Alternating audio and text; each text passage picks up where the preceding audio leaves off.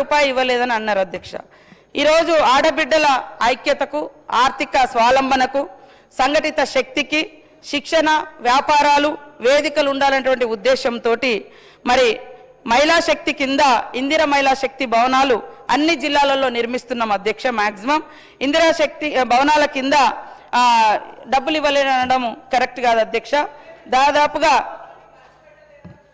ఖర్చు పెట్టిరు, చెప్తా లెక్కలు.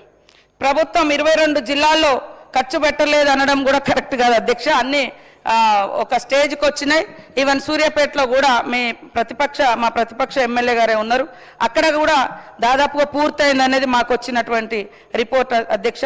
ఇందిరా మహిళా శక్తి భవనాలకు ప్రభుత్వము 88.46 లక్షల రూపాయలతో మరి కేటాయించగా 88,46 లక్షల రూపాయలు కేటాయించడం జరిగింది అధ్యక్ష. దీనిలో మరి 58,35 లక్షల రూపాయల విలువ గల పనులను ఫిబ్రవరి 17, 2026 నాటికి సంబంధిత ఇంజనీర్లు రికార్డ్ చేస్తే అధ్యక్ష, మేము ఇచ్చింది ఇప్పుడు పేమెంట్ చేసింది 32,58 లక్షల రూపాయలు పేమెంట్ కూడా చేయడం జరిగింది అధ్యక్ష. ఇందిరా మహిళా శక్తి భవనాలు ఒక్కొక్క జిల్లాలో 5 కోట్లతోటి మహిళలందరూ అక్కడ సమావేశాలు కావడానికి కానీ, వాళ్ళు ఏదైనా షాప్స్ కోసం ఆన్లైన్ అట్లాంటిది కూడా పెట్టుకోవడానికి కానీ ఇవన్నీ ఉండాలనే ఉద్దేశంతో వాళ్ళ ఐక్యతకు అది ఉపయోగపడాలని ఏర్పాటు చేయడం జరుగుతుంది అధ్యక్ష. నిధులు కూడా ఇస్తా ఉన్నాం అధ్యక్ష. అవి అంటే ఆ వర్క్స్ కంప్లీట్ అయిన కొద్దీ మేము నిధులు ఇచ్చుకుంటూ వస్తూ ఉన్నాం అధ్యక్ష.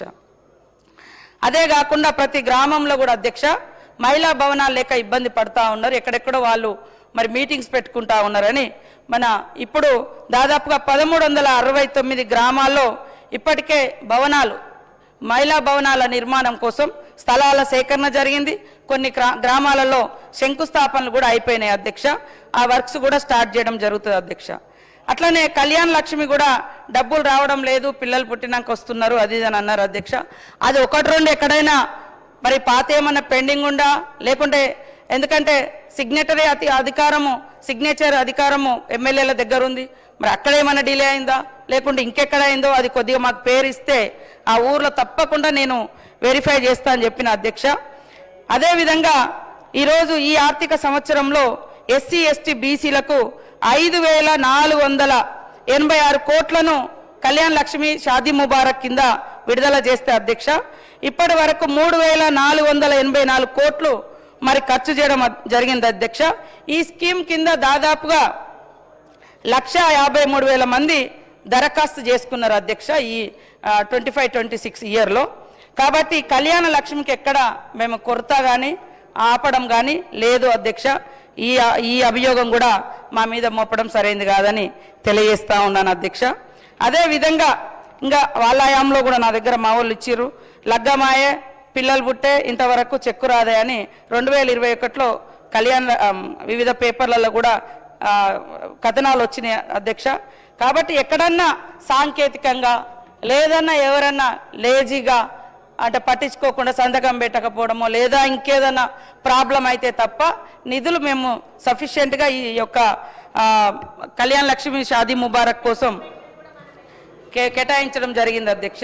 అదేవిధంగా చేయుత పెన్షన్లు కూడా మరి లక్షలలో తొలగించడం జరిగింది, కొత్త పెన్షన్లు ఇవ్వడం లేదు అని అనడం జరిగింది అధ్యక్ష.